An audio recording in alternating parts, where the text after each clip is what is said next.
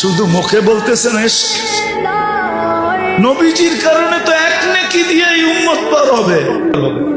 একজনের এক নেকি থাকবে আর আরেকজনের এক নেকি দরকার হবে। আল্লাহ ওরে ছেড়া দিবে, যা এক নেকি নিয়ে আয়, দেখি কিয়ামতের মাঠে কে দেয়।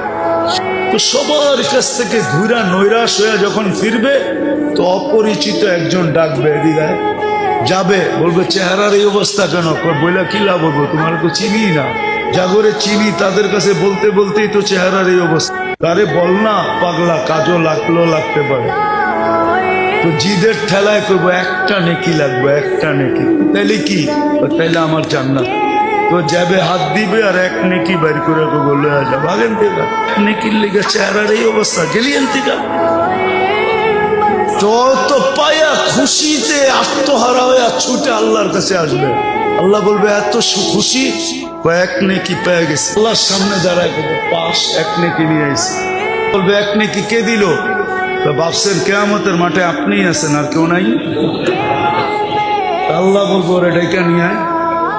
আসবো, বলছে আল্লাহ ডাকে। নেকি দিলাম, বিপদও পারলাম, এতক্ষণ তো দূরে খারানো ছিলাম, বালাই ছিলাম। যাওয়ার পরে আল্লাহ জিজ্ঞেস করবে কিরে নেকি দিলি কেন? বাবলো কইবো আসেই তো একটা, কি কামে লাগবো আমার? ওর কামে লাগতে ছিল, লাগাই দিছি, নষ্ট করে কি লাভ? আল্লাহ ভাব দেখা বলবে আমার চেয়ে বড় দাতা হইতে চাস, ঠিক না?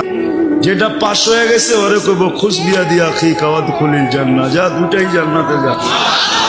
আমার চেয়ে বড় দাতা হইতে দিব না। এটা কার কারণে পাইব? মুহাম্মাদুর